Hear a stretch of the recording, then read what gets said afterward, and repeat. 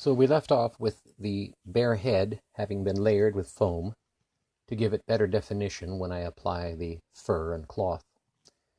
And I had painted the teeth and applied a tongue, again out of craft foam. So here I'm using a stretchy black cloth, basically fleece, and hot glue to cover up the action inside the mouth.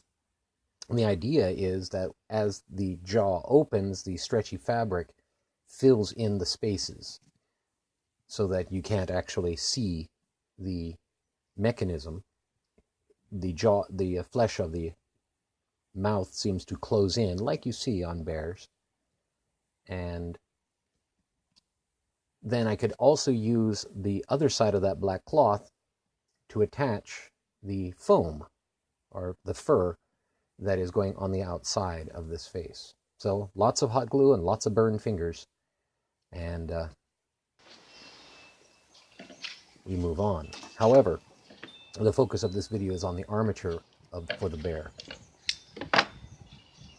I got these futon stretchers in a pack that came to me from my friend Robbie. He got them out of a trash pile. They were from an IKEA futon, so they are pre-bent to be a sort of a wooden leaf spring.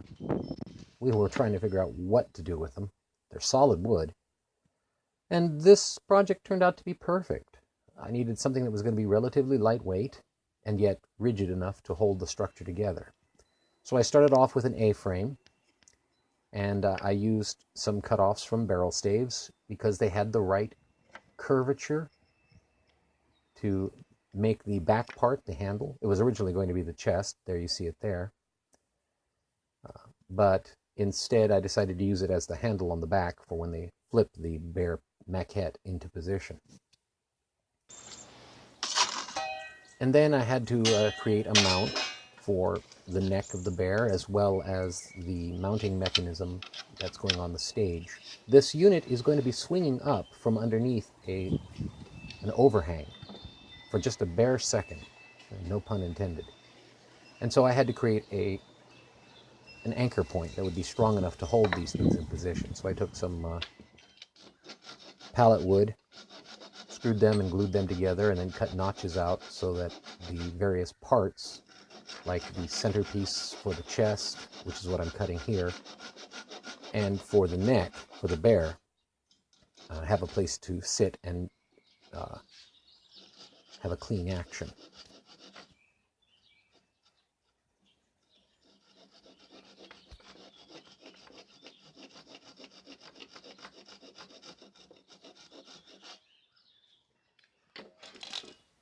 And a little bit of chopping to get the angle that I need for the, well, what is basically the sternum and what would be the bear's rib cage.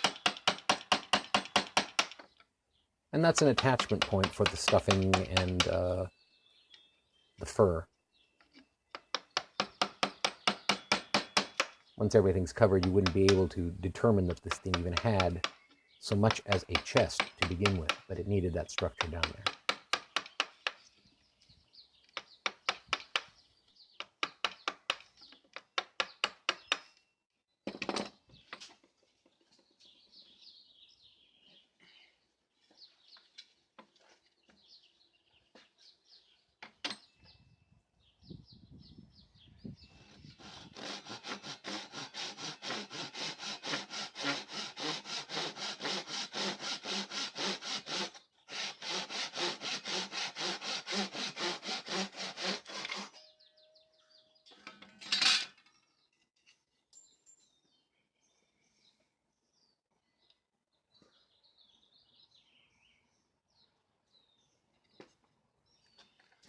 And so here are a few well-placed pre-drilled screws, and the sternum is in place. And then pretty much what I'm going to build next is the clavicle / top of the rib cage.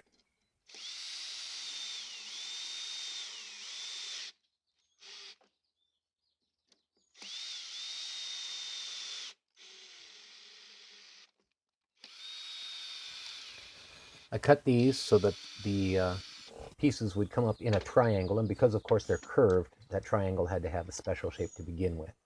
So I pre-drilled the screws and attached them. I had used hot glue before to hold something in place. And while it worked, it didn't have the effect that I wanted, in that it didn't hold things securely.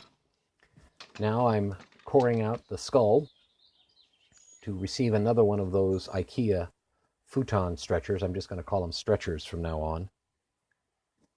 And at first I was going to have a whole mechanism where the head could pivot up and down as well as the jaw work. But as it turns out, based on what the director was telling me, this thing wasn't going to be that visible for that long, and it needed to have as simple a mechanism as possible. So while the head still moves so that I can store the thing and work on the thing, in practice, it's not going to be a moving head. And so there we have the neck.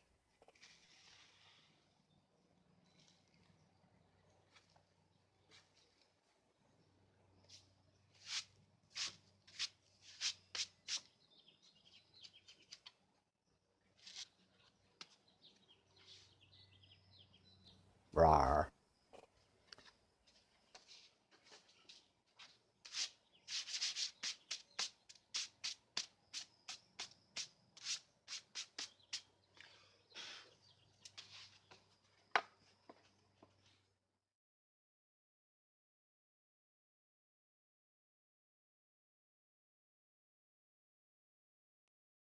To attach the neck to the armature, I used a hinge rather than screwing it straight in, because I still had to move the head back and forth into position and out of position as I built the rest of the bear.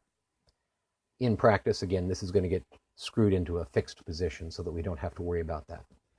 And I decided to add some elastic on the top. This is primarily to hold the head in position while I'm working with it, but also to give it anchor points for the fur. And then I started working on the arms. Had a few plastic casters from an old IKEA chair. IKEA seems to be a running theme in this particular build, so I used them for a universal joint. And then I made the puppet-like sticks for the paws. Here I am taking some 1/4-inch plywood, hot gluing it down onto some pre-made paddles that are going to be the paws.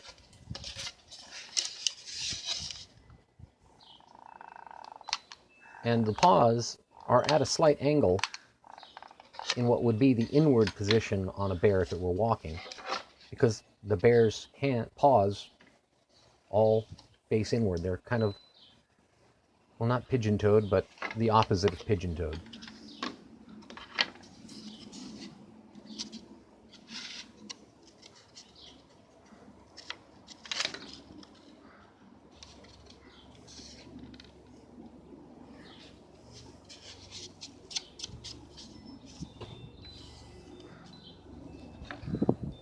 And then I began padding out the paws, building them up so that they will look more beefy when the prop is used in the play. I went through many sticks of hot glue. And I left an overhang on the backside because that is where the bolt is going to go through to attach this to those two arm pieces. From there, I made the claws. It was basically just roughing them out on a belt sander with 50 grit sandpaper to a rough shape. These are cedar or pine that looks like cedar. I used it for the tomato tower. These are some of the cutoffs, so I just shaped them down and then hot glued them into position. And then hot glued more batting in between the fingers, particularly at the front, to give it, again, a little bit more beef right at what would be the finger knuckles. And then I attach them to their arms. And here's the armature, ready to be furred. That's it for this video. I am going to show some of the furring of the bear, but I don't want to spoil the surprise for the people in the area who are going to be seeing this show and seeing this prop in action. If you like this video, please click like, comment, and subscribe to my channel so that you can get further updates of my newer videos.